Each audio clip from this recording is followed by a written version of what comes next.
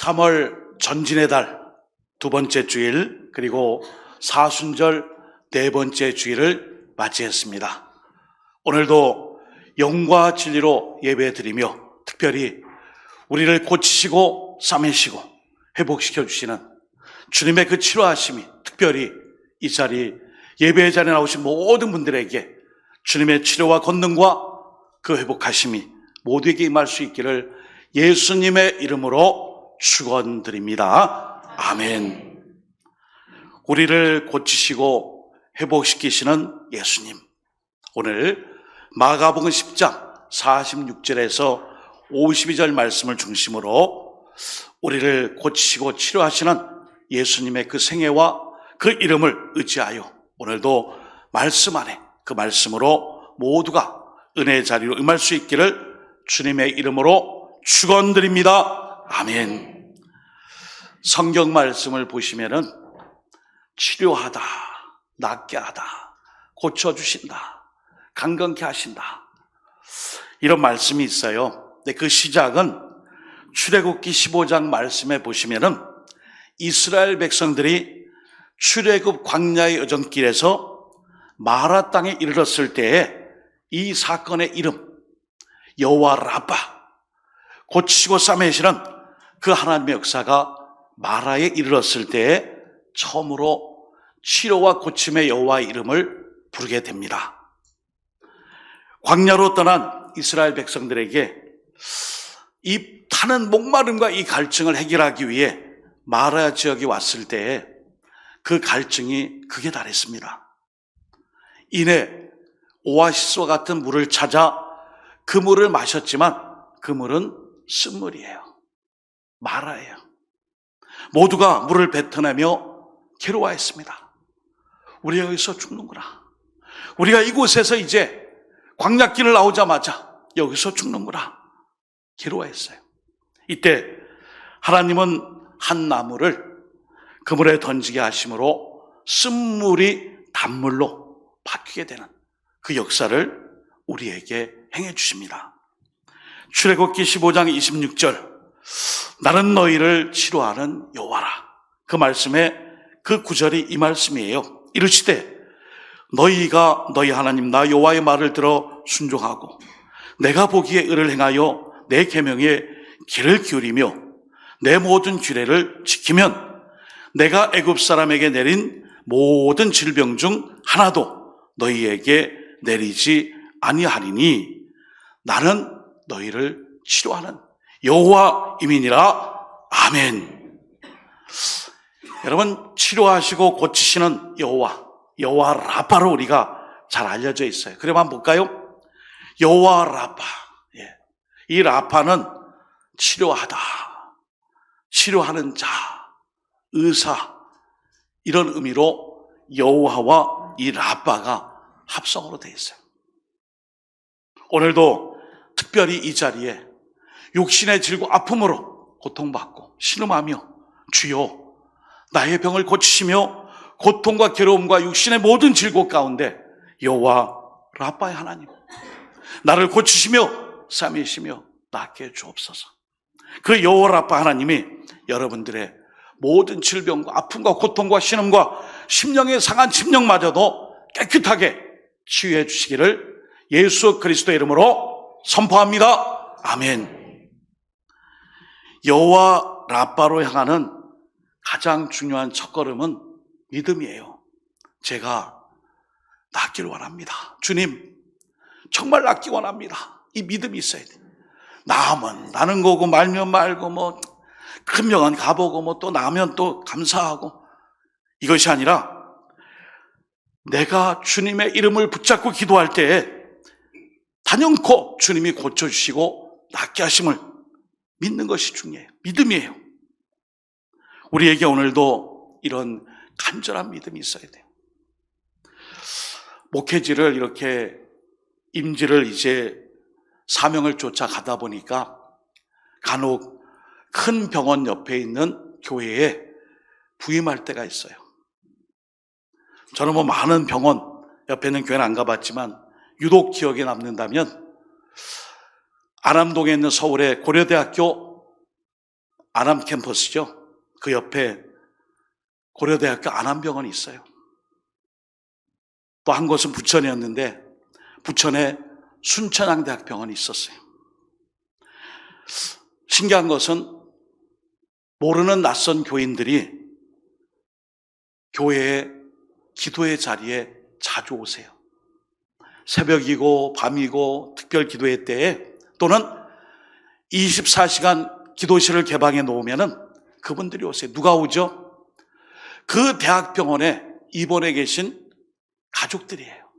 부산에서 왔어요. 광주에서 왔어요. 저희 여수에서, 창원에서.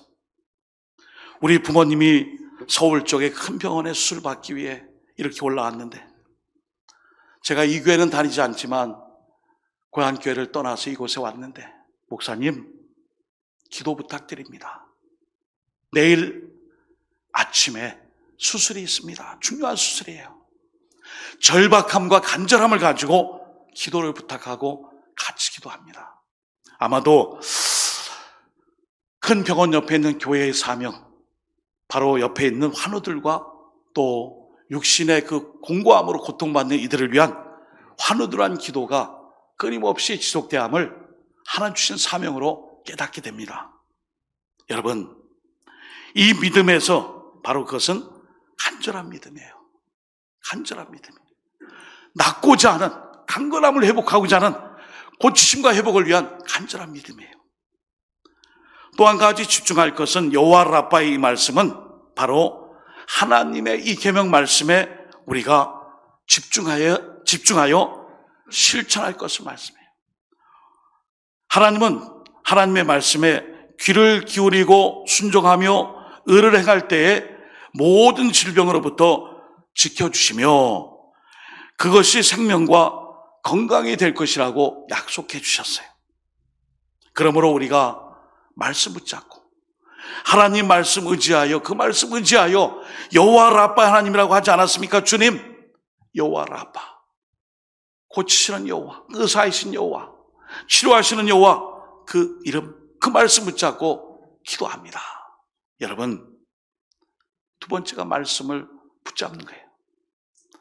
그리고 세 번째는 여호와 라파의 말씀을 통해 우리는 모든 죄와 아픔을 대신 지신 예수 그리스도를 통해 여호와 라파의 하나님을 만날 수 있어요. 여러분, 우리가 이 모든 기도 간구를 나를 치료하시고 고치시는 나사렛 예수 그리스도의 이름으로 간절히 기도드립니다. 아멘. 무슨 말씀이에요? 예수님께서 나의 모든 죄와 아픔과 그리고 이 질병과 모든 것을 대신 짊어져 주셨기에 우리는 예수님을 통해 나의 치료와 회복과 강건함을 우리가 응답으로 능력으로 받을 수 있는 것입니다. 여러분, 지금 여호와 라파, 나를 치료하시는 하나님, 고치시고 회복시키시는 그 하나님을 오늘 이 예배당에서 그 이름 불러가며 예배를 드리며 내 육신의 아픔과 공고함과 또 나의 연약한 부분들을 주여 이제는 간절한 믿음으로 말씀 의지하여 주님을 통해 예수님을 통해 기도하오니 낫기 원합니다. 고침받기 원합니다. 낫기를 원합니다. 변화받기 원합니다. 이 간절한 믿음과 말씀 의지하여 언제나 예수 그리스도를 그 이름을 붙잡고 기도함으로 이런 이적과 기적의 역사가 여러분 모두에게 임할 수 있기를 주님의 이름으로 축복합니다. 아멘.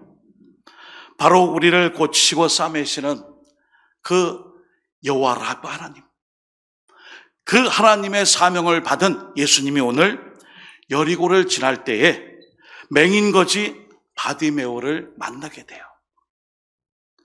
여러분, 이때 맹인거지 바디메오가 한 일이 있어요.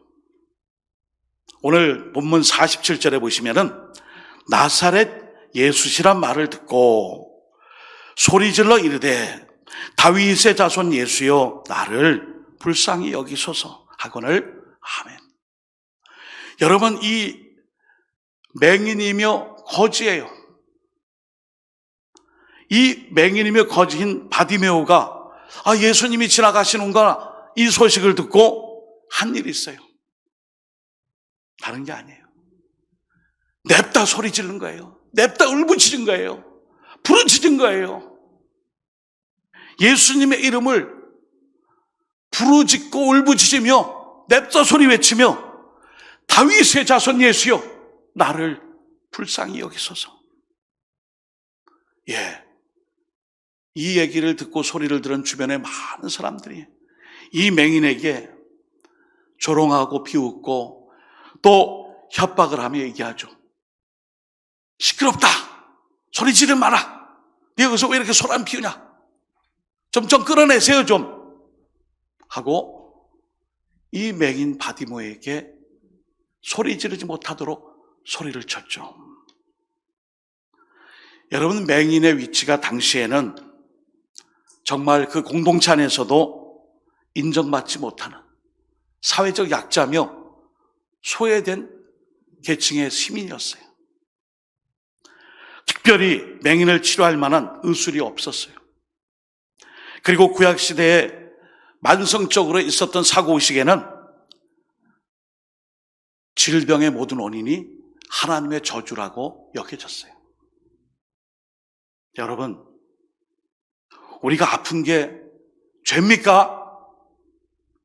내가 아픈 게 하나님의 저주예요?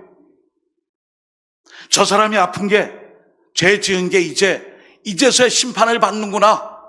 그게 고소할 일이에요? 기뻐할 일이 아니잖아요.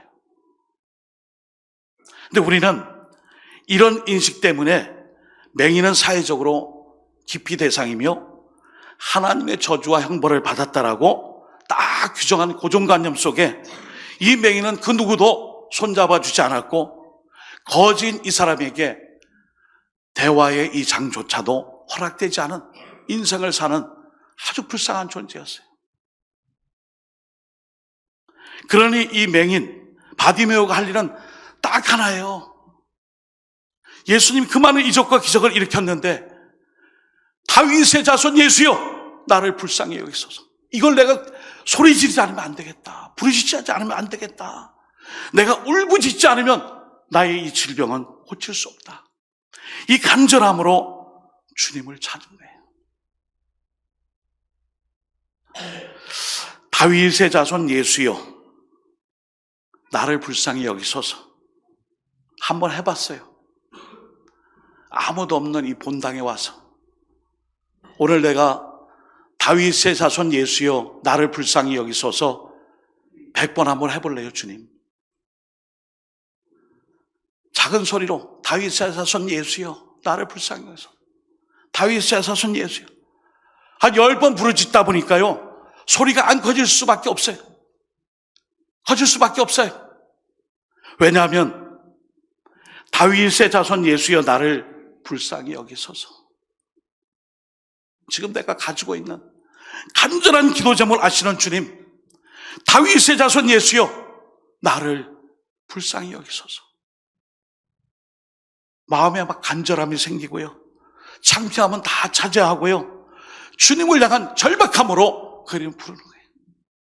한번 해보시라니까요. 100번 해봐야지 하는데 소리가 볼륨이 점점 더 커져요. 오늘 예수님께서는 간절히 구하는 자의 편에 서서 이 바디메오의 기도를 들어주셨어요. 오늘 이 바디메오는 예수님께서 나를 만나주시지 않으면 나는 죽는다. 나는 죽는다. 이거 하나예요. 로마서 8장 34절에 말씀해 줍니다. 누가 정죄하리요? 죽으실 뿐 아니라 다시 살아나신 이는 그리스도 예수시니 그는 하나님 우편에 계신 자요 우리를 위하여 간구하시는 자신이라. 아멘. 여러분 기죽지 마세요. 내가 예수 믿고 직분 사명 감당하고 교회 출석하고 하나님의 자녀가 되었는데 기죽지 마세요. 우리가 왜 기가 죽어야 돼요? 우리의 자존심, 자존감이 이렇게 자꾸만 밑으로 떨어져요? 왜 이 시대에서 우리가 하나님의 사명을 받았는데 왜 우리가 자꾸만 무늬만 그리스도인 뒤에 숨겨져 있는 그리스도인으로 살아가고 주일만 썬데이 크리스찬이 되어 주님만 찾죠? 그럴 필요 없어요. 이제요. 여러분들의 삶 옆에 여러분을 위해 중보하시는 예수님이 날마다 매일 여러분 한평생 여러분을 위해 중보하고 계세요. 로마서 8장 34절 아까 그 말씀이잖아요. 다만 여기에는 나의 간절함과 절박함이 없기 때문이에요.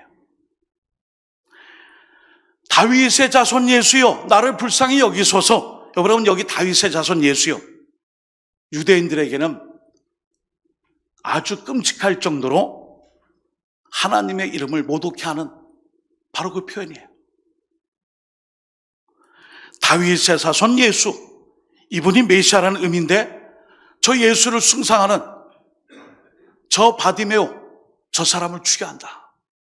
감히 하나님의 이름을 불러가며 저렇게 말할 수 있을까? 누가 예수를 다윗의 자손이며 메시아라고 인정했는가? 유대인들이요. 예수님을 막 겁박하고 공격하잖아요. 그런 상황에 다윗의 자손 예수요, 다윗의 자손 예수야 하며 나를 불쌍히 여겨달라고 많은 사람들 앞에서 호칭이 이렇게 나온 거예요. 그리고 로마 백성들에게는, 로마의 정치 권력자들에게는 다윗의 자손 예수여 이 표현은 곧 반역이에요. 지금의 이 로마의 압제에 있는 저 유대인들이 예수를 앞세워 이 국가를 전복시키는 그 앞잡이 우두머리로 예수를 지금 높이고 있구나. 그런데 이 바디메오 맹인도 다윗의 자손 예수여 나를 불쌍히 여기소서, 이 일을 하고 있구나. 이 정도로 아주 위험한 인물로 낙인된 예수님의 이름을 많은 사람들 보는 데서 외치고 있어요. 여러분, 바디메오는 예수님을 다윗의 자손, 메시아로 오시는 다윗의 자손으로 인정했어요. 그리고 나의 지금의 이 죽음의 문제, 질병의 문제, 앞을 볼 수 없는 이 문제를 아주 간절함으로 절박함으로 다윗의 자손 예수여 나를 불쌍히 여기소서, 이렇게 울부짖고 소리치고 기도하지 않을 수 없는 그 마음의 모습을 이렇게 표현한 거예요. 최근에는 잘 못 가봤지만 가끔 여름 휴가 때에 아버지가 계신 공원묘지가 있는 그 옆에 유명한 금식기도원이 있어요. 거기 기도원에 가면은 금식기도원인데 기도방, 기도굴이 있어요. 근데 혼자 이렇게 기도하는 곳이 아니라 무슨 이렇게 연립주택처럼 되어 있는 기도방이 있습니다. 들어가면은 한 사람 딱 들어가면 맞고요. 십자가 있고 그 위에 불빛이 있고 방석이 있고 눅눅하죠. 곰팡이 냄새 좀 나죠. 그리고 벽으로 이렇게 되어 있는 그 기도실 아래 위층 옆에 있는 사람들 기도 소리가 다 들려요. 처음엔 좀 당황스러워요. 다 듣고 있는 거 모르나? 아니, 나도 여기 지금 문 열고 들어왔는데 위에 옆에 양쪽에 내가 여기 있는 거 모르나? 왜 이렇게 소리 질러? 그러나 조금 시간이 지나면 제가 소리 지르고 있더라고요. 정말 절박함과 갈급함으로 다윗의 자손 예수여 나를 불쌍히 여기소서. 오늘 제가 이 기도원에 올라와서 이 문제를 해결받지 못하면 전 죽습니다. 도와주세요. 오늘 바디메오가 기도한 이유는 응답받을 때까지 간절히 기도한 거예요. 이사야 41장 17절에 말씀합니다. 가련하고 가난한 자가 물을 구하되 물이 없어서 갈증으로 그들의 혀가 마를 때에 나 여호와가 그들에게 응답하겠고 나 이스라엘 하나님이 그들을 버리지 아니할 것이라. 아멘. 내가 그들에게 응답하겠고 내가 너희를 버리지 않으리라. 사랑하는 여러분, 우리가 믿음으로 간절히 기도하면 바디메오의 눈을 뜬 것 못지않은 고치심과 치료하심과 회복케 하심의 역사가 여러분과 저에게 동일하게 기적의 은혜와 능력으로 나타나게 될 줄 믿습니다. 아멘. 그 믿음 가지고 말씀 붙잡고 기도하며 경건의 삶을 통해 하나님이 내려주시는 은혜의 능력을 날마다 충만히 덧입을 수 있기를 예수님의 이름으로 축원드립니다. 아멘. 자, 오늘 마가복음이 이렇게 끝난 것이 아니에요. 고침받고 건강해졌구나, 잘 됐네, 해피엔딩으로 끝난 것이 아니라 마가복음은 우리에게 제자도를 가르쳐줘요. 제자됨. 오늘 말씀 전에 제자들이 예수님께 그랬어요. 선생님, 장차 마지막 때에 선생님이 승리하면요, 우리에게 좋은 자리 좀 부탁드립니다. 그때 예수님이 섬김과 헌신을 말씀하며 그 다음에 나온 이 사건이 바로 바디메오를 고쳐준 사건이에요. 너희가 하나님의 제자라면, 하나님의 일꾼이라면 가난하고 헐벗고 굶주리고 낮은 자리에 있는 그들을 위해 섬김과 사랑과 수고를 다해야 함을 오늘 그때 당시에 공동체에 속하지 못한 거지, 천형이라 불리는 질병의 문제로 소그름을 앓고 고민하고 있는 바디메오의 그 병을 고쳐주며 제자들에게 보여주신 거예요. 너희가 할 일은 높은 자리, 남들이 인정하는 자리, 칭찬받는 자리가 아니라 소외되고 약하고 주님의 복음을 전할 곳에 이런 많은 악조건 속이라도 내가 이것을 해야 한다. 이 일을 위하여 바디메오에게 이 기적을 베풀어 주십니다. 제자도예요. 제자의 길을 가르쳐 주신 거예요. 오늘 마가복음 10장 52절의 말씀이에요. 예수께서 이르시되 가라, 내 믿음이 너를 구원하였느니라 하시니 그가 곧 보게 되어 예수를 길에서 따르니라. 아멘. 여러분, 마가복음의 이 신약 성경으로서의 특징이 있어요. 바로 곧, 즉시, 바로 이런 표현이에요. 사복음서에서 유일하게 이 마가복음은요, 이 마가가 즉각적인 결단과 헌신을 통해 우리의 신앙과 믿음에 도전을 주는 표현이 바로 곧, 즉시, 바로 이런 표현입니다. 52절 말씀에 보시면은 예수께서 이르시되 가라, 내 믿음이 너를 구원하였느니라. 다 낫구만요. 고맙습니다. 이제 건강하게 살게 돼 감사합니다. 이게 아니라 그가 곧 즉시 바로 보게 되어 예수를 길에서 따르니라. 여러분, 제자의 길은요, 주님을 따르는 거예요. 주저하지 않아요. 곧 즉시 보게 되어 주님을 따릅니다. 예수님이 너를 찾는다 했을 때에 이 맹인이 50절에 보시면은 겉옷을 내버리고 주님을 찾아와요. 이 거지에게 겉옷은 재산 목록 1호 아닙니까? 이것마저도 다 내팽개치고 예수님 앞에 달려나오죠. 여러분, 사명자의 길은 바로 이런 모습이에요. 고침받고 치유되고 강건하고 어떤 어려움의 문제를 해결받았으면 그 다음 주님이 주신 사명을 붙잡는 거예요. 근데 우리는 해결받고 난 다음에 끝이에요. 응답받고 난 다음에 없어요. 직분 사명을 다 주셨잖아요. 그럼 하나님이 우리 향한 기대가 있어요. 그 기대에 오늘 바디메오는 즉시 주님을 따라 그리스도의 길로 함께 했습니다. 여러분, 사순절에 예수님의 이 말씀을 전한 이유가 뭘까요? 나도 예수님처럼 주님의 뜻대로 살겠습니다. 주님 가신 길 저도 부족하지만 가보겠습니다. 눈치 안 보겠습니다. 남들처럼 흉내내지 않겠습니다. 모자르면 모자른 대로, 부족하면 부족한 대로, 제가 열심히 없다면 그 모습 그대로 헌신할 테니 주님 따르겠습니다. 이게 바로 제자의 길이에요. 그래서 제자들이 큰 곳에 낮은 곳에 이런 얘기를 할 때에 섬김에 대한 말씀을 한 이후에 이 바디메오의 치유 사건이 우리에게 말씀으로 교훈을 주는 거예요. 사랑하는 여러분, 우리가 오늘도 영적인 맹인이라면 여리고의 이 맹인처럼 예수님 앞에 눈을 뜨게 해달라고 간절히 기도해야 돼요. 다윗의 자손 예수여, 나를 불쌍히 여기소서. 그 기도에 우리 하나님이 응답해 주실 거예요.